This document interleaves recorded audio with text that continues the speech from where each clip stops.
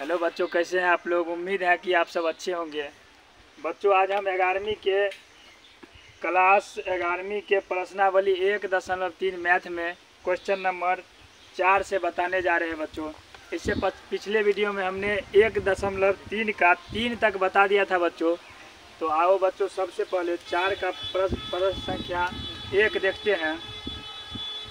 बच्चों 4 में कह रहा है निम्नलिखित समुच्चयों के सभी उपसमुच्चय लिखिए। बच्चों थ्योरी क्लास में हमने उपसमुच्चय लिखना बताए थे कि यदि कोई सेट दिया रहेगा तो उसका उपसमुच्चय हम कैसे लिखते हैं। यदि मान के चलो हमें कोई सेट ए दिया है एलिमेंट, और इसका हम कॉन्सेप्ट ये बताए थे कि मान के चलो तुम्हारे पास कोई मांगने वाला आया तो तुम उसको क्या क्या दे सकते हो। इस तरह से कॉन्सेप्ट में हमने बताया था। तो जैसे मान के चलो हमारे पास एक है सेट ए है, उसमें एलिमेंट ए है, तो पहले कोई आया तो उसको हम कुछ नहीं दे सकते हैं, यानी कि ये संभावना बन सकता है कि हम उसे कुछ न दे। फिर संभावना बन सकता है हम उसको एक दे दें, यानी कि इसका उपसमुच्चय 2 ही निकलेगा बच्चों। और इसमें कोई एलिमेंट नहीं है तो इसको बच्चों हम लोग 5 से डिनोट कर सकते हैं और इसको 1 से। उसी तरह बच्चों अगर 1 और 2 दिया रहेगा तो पहले हम कुछ नहीं देते, फिर 1 देते, फिर 2 देते, फिर दोनों दे देते, यानी कि 4 आ जाता उपसमुच्चय। उसी तरह से पहला सवाल में बता रहा है बच्चों कि एक सेट दिया है, उसमें ए लिखा है, बोल रहा है उसका उपसमुच्चय निकालने के लिए। तो बच्चों इसका उपसमुच्चय होगा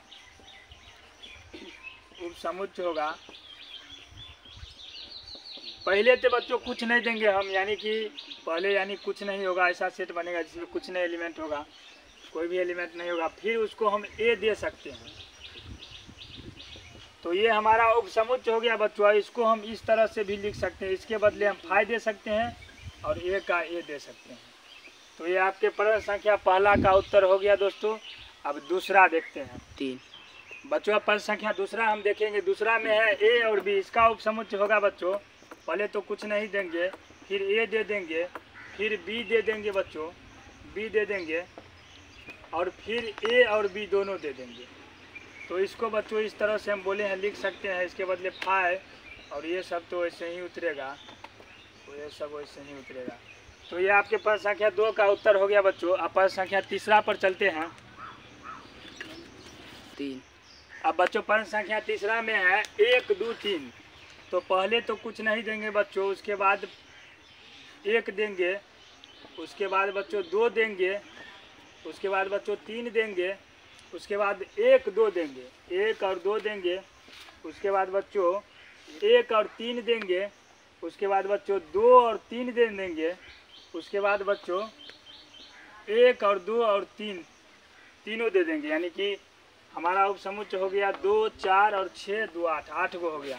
तो इसको इसके बदले में बच्चों हम 5 भी दे सकते हैं, यानी कि 5 दे सकते हैं, उसके बाद 1 दे सकते हैं, 2 दे सकते हैं, 3 दे सकते हैं, 1 2 दे सकते हैं, उसके बाद 1 3 दे सकते हैं, उसके बाद 2 3 दे सकते हैं, उसके बाद 1 2 3 दे सकते हैं, 1 2 3 दे सकते हैं। ये आपके प्रश्न संख्या 3 का आंसर हो गया दोस्तों। अब चौथा पर चलते हैं 3 अब बच्चों प्रश्न संख्या चौथा पर आ गए। चौथा में बच्चों हमें 5 दिया है। 5 का मतलब होता है उसमें एक भी एलिमेंट नहीं दिया है, तो क्या उसका उपसमुच्चय क्या होगा। तो इसका उपसमुच्चय भी बच्चों होगा, एक भी एलिमेंट नहीं होने के कारण इसका भी उपसमुच्चय एक भी नहीं होगा, यानी 5 ही होगा। अब बच्चों क्वेश्चन नंबर 5 पर हम लोग चलते हैं बच्चों। 5 में देखते हैं क्या है। 3 बच्चों प्रश्न संख्या 5 में कह रहा है कि पी ए के कितने अवयव है यदि ए बराबर 5 है।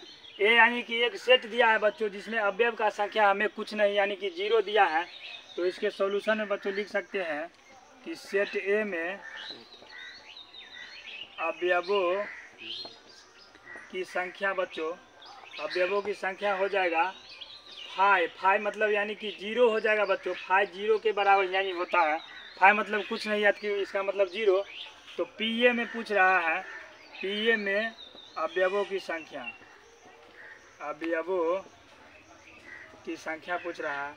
इसका बच्चों एक फार्मूला होता है 2 पर पावर, यानी सेट हमें अगर समुच्चय में अवयव का संख्या निकालना रहेगा, इसका एक फार्मूला होता है 2 पर पावर n, यानी सेट ए दिया है तो 2 पर पावर n ए, यानी number of element in set ए। तो 2 पर पावर n और ए लिख सकते हैं। तो 2 पर पावर n ये number of element is set ए, यानी कि सेट ए में अवयव का संख्या हमें बच्चों कितना दिया है, तो बोलोगे सर 0 दिया है, तो 2 पर पावर 0 हो सकता है। और एक बात बताते हैं बच्चों, किसी भी संख्या पर यदि 0 लगा है तो उसका मान हमेशा 1 होता है। चाहे तुम 1000 पर भी 0 दे दोगे तो उसका मान 1 ही होगा, इसलिए 2 पर पावर 0 है तो इसका 1 आंसर हो जाएगा। यानी कि पी ए में पावर सेट ऑफ ए में अवयव की संख्या बच्चों 1 हो जाएगा। अब बच्चों प्रश्न संख्या 6 पर चलते हैं। बच्चों प्रश्न संख्या 6 में बोल रहा है निम्नलिखित को अंतराल रूप में लिखिए। अंतराल हमने बच्चों कॉन्सेप्ट इसमें बताया था कि अंतराल में इसको बच्चों छोटी कोष्ठ को हम खुला कोष्ठ बोलते हैं, यानी ओपन इंटरवल, और इसको बोलते थे बच्चों क्लोज इंटरवल। और इसको हम जब सेट बिल्डर फॉर्म में लिखते थे तो हम बताते थे कि जब ये लगा रहेगा तो उसमें हमको छोड़ना है। जैसे यहाँ पर बच्चों ये लेस देन है, लेस देन, तो लेस देन मतलब हो गया छोटा वाला, और लेस देन इक्वल लगा रहेगा तो उसमें बच्चों बड़ा वाला होता था। तो इसमें देखते हैं बच्चों, सबसे पहले तो हम -4 और 6 लिख लेते हैं। इसमें -4 और 6 लिख लिए। अब बच्चों इसमें हम देखते हैं कि लेस देन किस में लगा है। लेस देन जिसमें लगा है उसमें होगा, लेस देन जिसमें सिर्फ लगा है उसमें होगा ओपन इंटरवल। तो -4 में लगा है तो -4 में हम ओपन दे दिए। और इसमें लेस देन है इक्वल टू लगा है, तो लेस देन इक्वल टू में इस तरह से बताए थे बच्चों। तो इसमें बच्चों 6 के तरफ इस तरह से हो जाएगा, यानी कि -4 और 6 का अंतराल रूप यही हुआ बच्चों, अंतराल रूप यही हुआ। बच्चों प्रश्न संख्या 2 पर आ गए। दूसरा में बोल रहा है कि x such that x belongs to r, और -12 और less than x less than -10, यानी इसमें इक्वल नहीं लगा है बच्चों। तो पहले सबसे पहले -12 और -10 लिख लेते हैं बच्चों। क्या इसमें बराबर का चिन्ह लगा है? इक्वल टू सिर्फ यानी कि लेस देन है, इक्वल नहीं है। तो लेस देन में सिर्फ बताए थे कि ये ओपन वाला होता है, तो इस साइड ओपन हो जाएगा 12 के साइड। फिर -10 की तरफ देखते हैं तो इसमें भी बच्चों ओपन ही होगा, क्योंकि यहाँ पर भी इक्वल नहीं है, सिर्फ लेस देन है, तो इसमें ओपन हो जाएगा। यही बच्चों आपका अंतराल रूप हो गया दूसरा का। आप प्रश्न संख्या 3 पर चलते हैं बच्चों प्रश्न संख्या हम 6 के 3 पर आ गए। इसमें बोल रहा है x such that x belongs to r, और 0 less than equal to x less than 7 है बच्चों। तो पहले सबसे पहले 0 और 7 को लिख लेते हैं, 0,7। अब बच्चों 0 के तरफ देखेंगे, क्या 0 में लेस देन और इक्वल भी लगा है, तो हम बताए हैं वो होता है क्लोज। क्लोज में बड़ी कोष्ठक के द्वारा लिखते हैं, और इसमें सिर्फ लेस देन है तो इसमें सिर्फ या ओपन हो जाएगा। तो ये आपका हो गया 3 का बच्चों अंतराल रूप। अब बच्चों प्रश्न संख्या 4 पर आ गए। 4 में बोल रहा है x such that x belongs to r, और 3 less than equal to x less than equal to 4।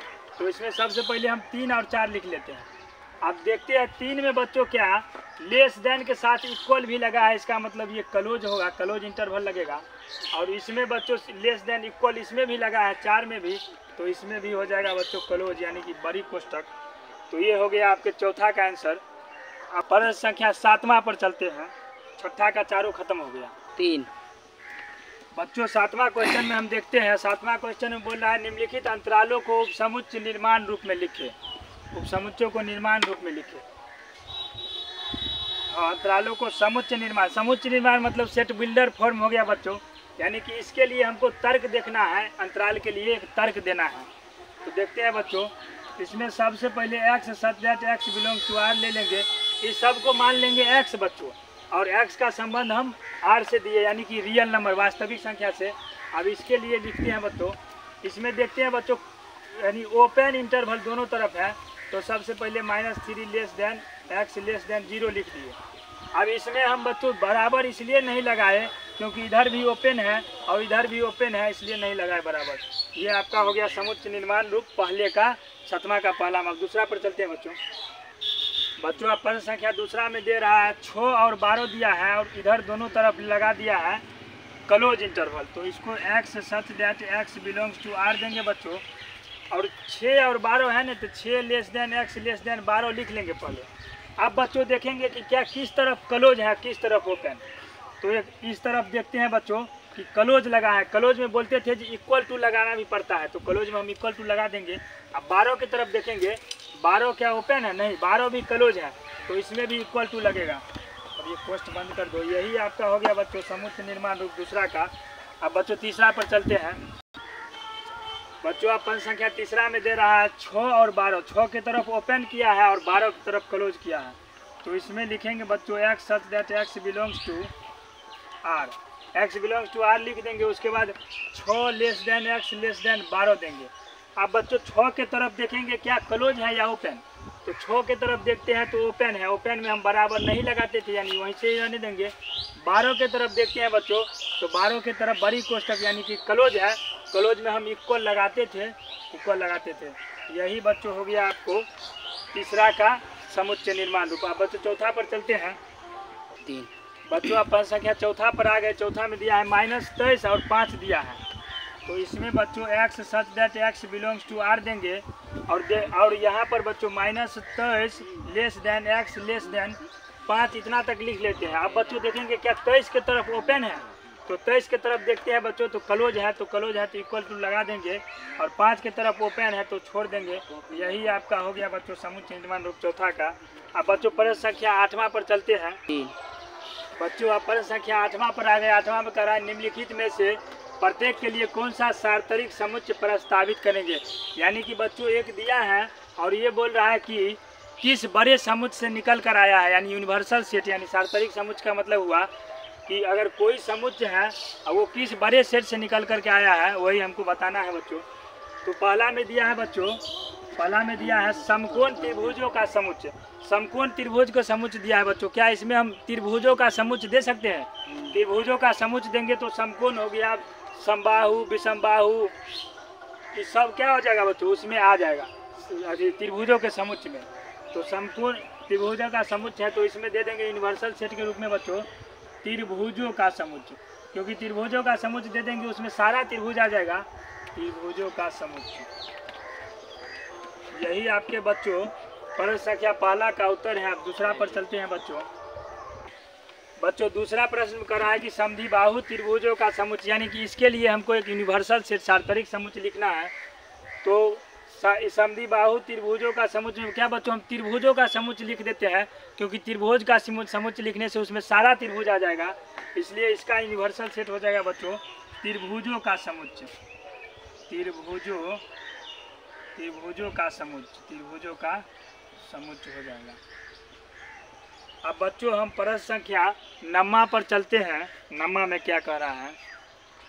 अब बच्चों प्रश्न संख्या 9 पर आ गए। 9 में कह रहा है कि समुच्चय A बराबर 1 1 3 5, B बराबर 2 4 6 और C बराबर 0 2 4 6 8 प्रदत्त है। इन तीनों समुच्चय A, B और C के लिए निम्नलिखित में कौन सा सार्वत्रिक समुच्चय लिए जा सकते हैं। यानी कि बच्चों एक क्वेश्चन दिया है और 3 गो सेट दिया है और हमें ऑप्शन दिया है 4 गो। बोला है कि ऐसा समुच्चय बताइए सार्वत्रिक समुच्चय जिसमें से सारा ये निकल करके आया है A भी, B भी और C भी। तो देखते हैं बच्चों क्या A होगा 0 1 2 3 4 5 6 तक है बच्चों। तो A देखेंगे A में तीनों निकल कर आया है, ठीक है। B में देखेंगे B में 6 निकल कर आया है।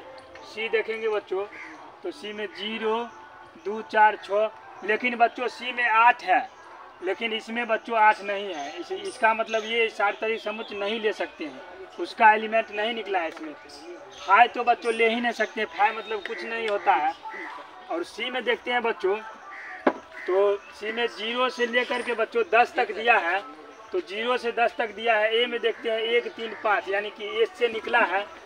B में 2 4 6 ये भी इसी से निकला है क्योंकि 2 4 6 भी है। C में देखते हैं 0 2 4 6 8 0 2 4 6 8 उसका भी सारा एलिमेंट इससे ही निकला है।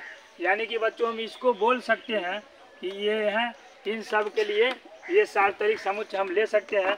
अब बच्चों प्रश्न संख्या 9 का चौथा भी चेक कर लेते हैं बच्चों। 9 में 1 से लेकर के 8 तक दिया है। तो 1 से 8 तक तो हो जाता है लेकिन बच्चों C में 0 भी दिया है, इसीलिए ये चौथा नहीं ऑप्शन होगा, तीसरा ही होगा। इस तरह से बच्चों हम लोगों का 1.3 का पूरा क्वेश्चन खत्म हो गया। धन्यवाद बच्चों।